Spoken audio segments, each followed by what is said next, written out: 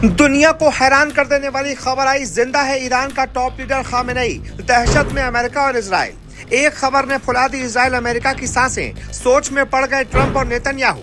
X भारतीय raw agent ने दुनिया को बता दी असली सच्चाई। जी, दुनिया इस वक्त एक ही सवाल पूछ रही है, क्या ईरान के सुप्रीम लीडर अली खामेनेई सच में मारे गए? अमेरिका और इजराइल से जुड़े दावों में कहा जा रहा है संयुक्त हमले में टारगेट किया गया, लेकिन सबसे बड़ा सवाल ये है कि अगर ऐसा हुआ तो ईरान ने इतनी जल्दी कैसे प्रतिक्रिया दे दी?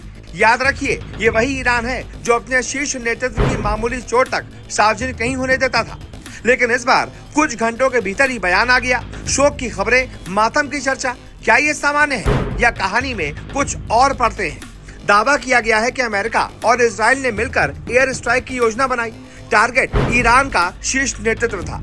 कुछ अंतर्राष्ट्रीय सूत्रों ने यह भी कहा कि ऑपरेशन हाई प्रिसिशन इंटेलिजेंस के आधार पर किया गया। अमेरिका के पूर्व राष्ट्रपति डोनाल्ड ट्रंप से जुड़े बयान भी चर्चा में आए। ईरान की सैन्य ताकत इस्लामिक रिवॉल्यूशनरी गार्ड कॉर्प्स की तरफ से संकेत मिले कि हमला हुआ है, लेकिन दुनिया के सामने अब भी कई सारे सवाल हैं, जैसे कि कोई आधिकारिक तस्वीर नहीं आई, कोई स्वतंत्र अंतर्राष्ट्रीय पुष्टि नहीं आई, कोई स्पष्ट विजुअल सबूत नहीं आए। इतना बड़ा ऑपरेशन और वैश्विक मंच पर सिर्फ बयान। इतिहास गवाह है, जब भी बड़े ऑपरेशन होते हैं तो कुछ न कुछ ठोस प्रमाण सामने जरूर आता है, लेकिन इस बार सिर्फ और सिर्फ सन्नाटा ही सन्नाटा। रिपोर्ट्स के मुताबिक रूस की खुफिया एजेंसी SVR को पहले से ही खतरे की आशंका थी। कहा जा रहा है कि क्षेत्रीय इंटेलिजेंस नेटवर्क्स ने भी चेतावनी दी थी कि शीर्ष नेतृत्व संभावित टारगेट हो सकता है। अगर खतरा पहले से था तो सुरक्षा क्यों नहीं बढ़ाई गई? क्या ये इंटेलिजेंस फेलियर नहीं था, या फिर हमला अचानक और अत्यंत गुप्त तरीके से अंजाम दिया गया, या महज कुछ घंटों में लक्ष्य कैसे साधा गया? इतनी सख्त सुरक्षा के बावजूद कैसे मार दिया गया? बहुत बड़ा सवाल है। क्या ये मनोवैज्ञानिक युद्ध है? पूर्व रॉ एजेंट लकी बिस्ट का बयान चर्चा में आ गया है। उनका कहना है कि हो सकता है आज दुनिया जिस खबर को सच मान रही है वो 1 साल बाद अलग रूप में सामने आए।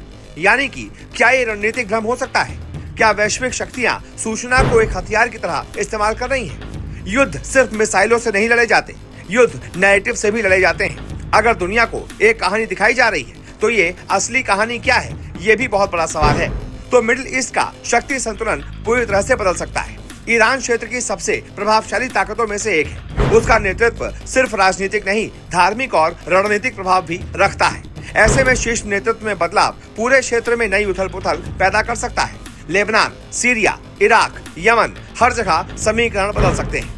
अगर ये भ्रम है तो ये आधुनिक इतिहास का सबसे बड़ा मनोवैज्ञानिक ऑपरेशन हो सकता है, क्योंकि एक अफवाह भी तेल बाजार से लेकर सैन्य तैयारी तक असर डाल सकती है। नेतृत्व की मौत सिर्फ एक घटना नहीं होती, वो प्रतीक होती है। वो एक युग का अंत भी हो सकती है, एक नए दौर की शुरुआत भी हो सकती है। अगर ये सच है तो ईरान के भीतर राजनीतिक अस्थिरता संभव है, और अगर ये भ्रम है तो ये साबित करता है कि सूचना का खेल आज मिसाइल से ज्यादा ताकतवर हो गया है। सोचिए, एक खबर और पूरी दुनिया सतर्क, तेल की कीमतें प्रभावित, स्टॉक मार्केट्स अस्थिर, राजनयिक चैनल सक्रिय। यही है आधुनिक युद्ध की नई परिभाषा।